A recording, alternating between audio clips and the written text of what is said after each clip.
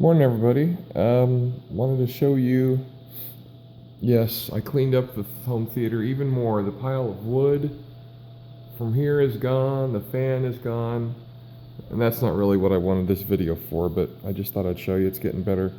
These are not real bullets. These are wax rounds. See that kind of orange color in there? Let me show you what a wax round actually looks like.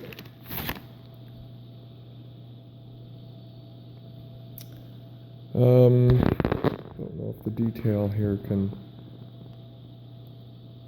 be seen, but the bottom by my thumb of this wax round is actually a little bigger. So you shove this into the shell, and then the shell shaves off the larger section, so it seals real nice. And this is for Cowboy Fast Draw.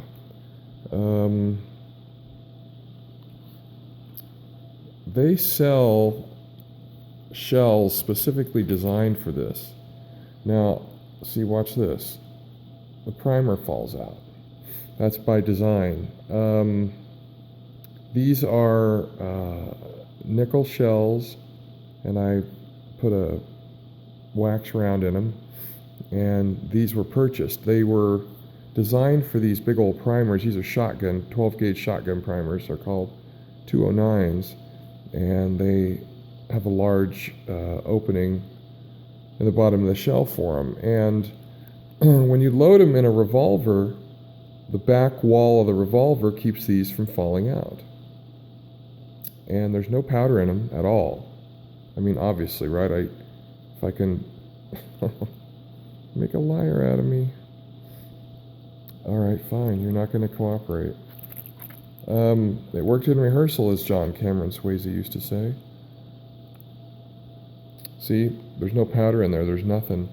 So these are very quiet. You don't even need hearing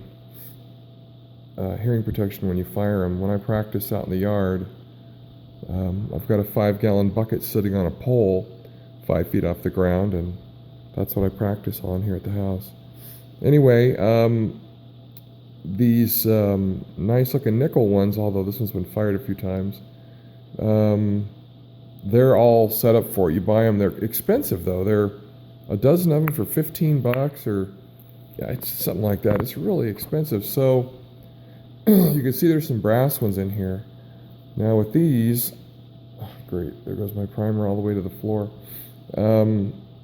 I bored these out, and then I don't know if you can see the countersink, or sorry, the counter bore in the top there, and that allows the primer to not sit flush, but just under flush, because when the hammer of the gun strikes the primer and fires it, the primer tends to swell just a little tiny bit out backwards. So I machined these brass ones. These are ones I had fired out in the sticks where we go practice. And my neighbor, I got some dies. See those dies right there? That's for reloading these 45 long Colt bullets. But we only used one of them, the first one right here, to resize the shell. Because what happens is, you can see there's a line there. Not all brands have that crimp line on them after they fire, but it distorts the case. It makes the case a little larger. So you have to resize them down. Now these will drop in and out of the pistol very, very nicely. So anyway, now I've got a box of them. I'll go find my primer that I lost. And now I can practice a lot in a row. I don't know if since I have carpal tunnel in both hands, I don't know how many rounds I can actually practice with. They have no kick. They have almost no sound. I mean, they're not quiet, but they're not harmful. And I can usually do, each row here is 10. This is a 10 by 5 box, so it's 50 of them. I can usually do two rows real easy. You load 5 at a time in a 6-gun.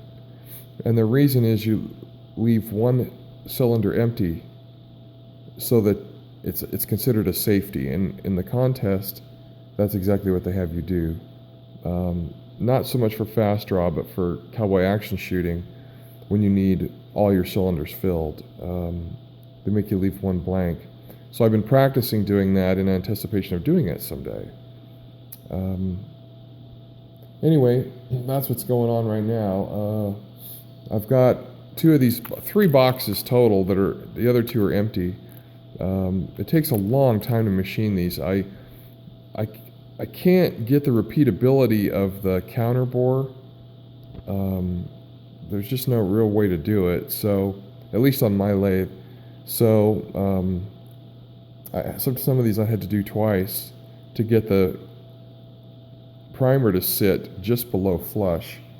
I don't know if I can show it to you up close well enough or not. But see, the copper in that primer is actually below the surface of the shell. Oh, there you go. See that? That's how they do it in there. It's perfect. So mine are flush or slightly under, and it seems to be going okay. So I saved myself, I don't know, about $50 doing these myself. The problem is it takes a lot of freaking time. So we'll see. I think it was worth it. I may do some more. I did some for my neighbor who resized these for me. He had a totally different caliber, and I made it able to use the same primers. So if you want to do some plinking in your yard, you're not firing extremely loud rounds and disturbing your neighbors. We don't have neighbors real close by here, and everybody has guns, so it's not a big deal. This is a wax round I'd fired and recovered. You can't see it very well, but you'll see the twist from the barrel that makes the bullet spin. You'll see the angular stripes on here.